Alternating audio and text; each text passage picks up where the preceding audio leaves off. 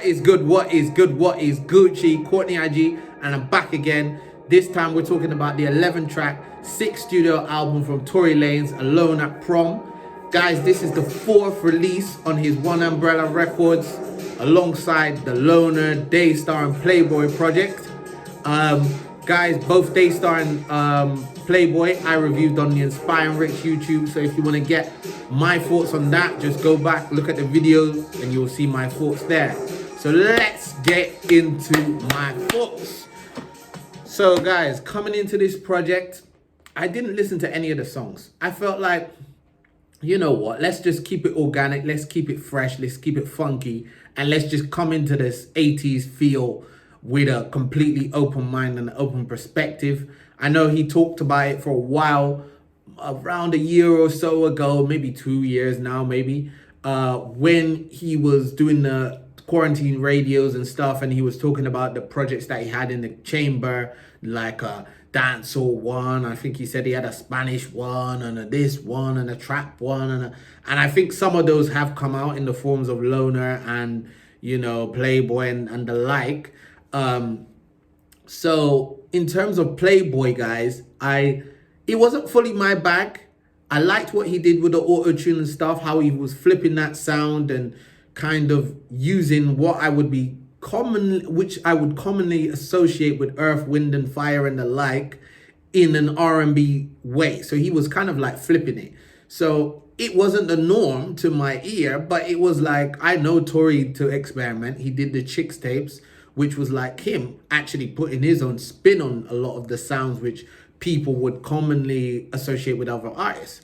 So I was like, all right. And there was enjoyable moments there. You had Serve It, you had Lady of Neptune, you had Feels, and Lady of Neptune is groovy as hell. Like, if you ain't tapped into that, tap in. So without further delay, guys, let's get into my thoughts on this project here, Alone at Prom. So the album opens up with this enchanted waterfall with Tory just crooning into the depths of heartbreak across some electric guitar chords, lusting for that person, like, of his past, before we come into the more upbeat, up-tempo vibes of Pink Dolphin Sunset, which really has some cool echoing sound effects, vocals supported by T.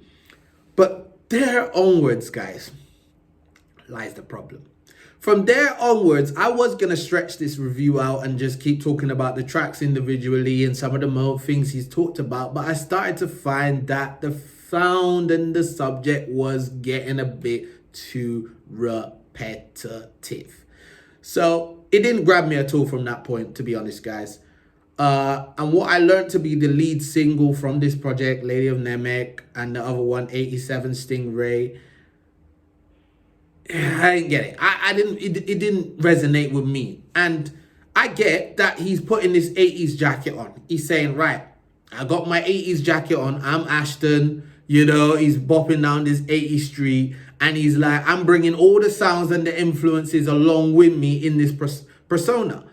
But to me, guys, it felt like a tribute act opposed to something new and unique and fresh, or even vastly different from what we've heard already from The Weeknd on, you know, all of the songs that he's done prior. Like, and he continues to do. It's not innovative. That's basically what I'm trying to say. It's more like, that's what it sounds like to me.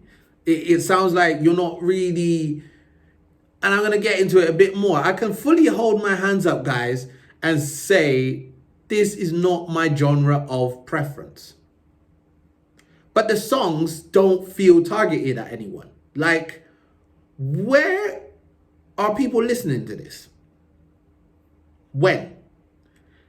Like, I feel like he really missed a step here with not having these songs in placement of that Versace Netflix documentary, because it very much sits in that pocket to the T. Like, it's the sound and the production is that all over. But writing wise, it just lacks a bit of depth, soul, or desire to deliver something outside of just doing it for the sake of it.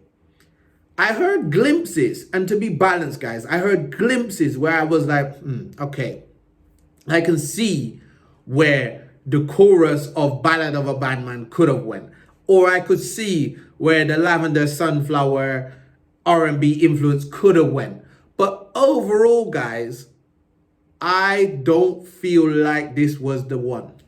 I feel like if you would have blended these two, the Playboy and this 80s project, into one somehow, take bits of elements and combine them, the Earth, Wind and Fire influence, the Madonna, Michael Jackson in this synth pop lane into one, it would have been mad. It would have been mad. And kept an R&B foundation, but do all of that in one, mad. But he didn't do that. He went fully into this Ashton persona 80s. Do you know what? The marketing, the videos, the visuals, A1. But the songs for Tory Lanez, I don't think so. I don't think it works. For the core fan base, I don't think it works. Maybe for some wider fan base that he's trying to pull in, maybe it works for them. Or maybe for people who haven't really heard 80s music, maybe it works for you. But for me, as a listener, I'm like, tribute. It don't sound like something fresh, something new. Either way, guys, I rate it. You know why I rate it? For him as an artist, not necessarily the project. It's a brave move. And I couldn't see Drake doing this. This is way out sonically. Like artistically, this is a step way out. Even though at the foundations, these sounds originate from the same foundations as R&B, going back, you know, jazz, etc., etc. It does. It comes back. But generally, the audiences who gravitate to this sound of music opposed to the R&B stuff ain't the same anymore. It ain't the same. It ain't, to me anyway.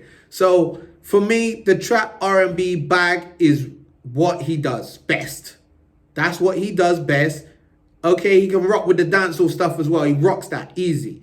But sonically, it was too much of a shift for my ear. Like, I was like, I don't get any of this. It's not rocking with me. And I would be interested to how fans of synth pop, that pop lane, really rock with this. How do you listen to songs like this?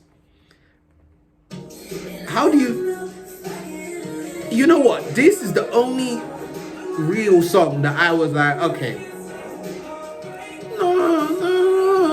I was like, but the reason why is because it was a flip of something else. And that was what was catching my ears. I know there's a Madonna flip in here.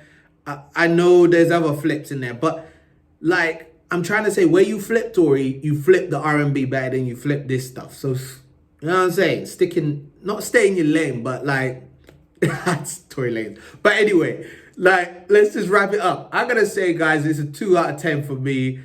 I only really rock with this Enchanted Waterfall song. And yeah, I think he missed the beat not having this all over the Versace series, because these songs are just fit for purpose fully. So if you want to hear my review on Playboy, Daystar, the more, you know, the stuff that I like a bit more personally, tap in, man. And you know what to do, guys. Like, comment, subscribe, inspire, enrich.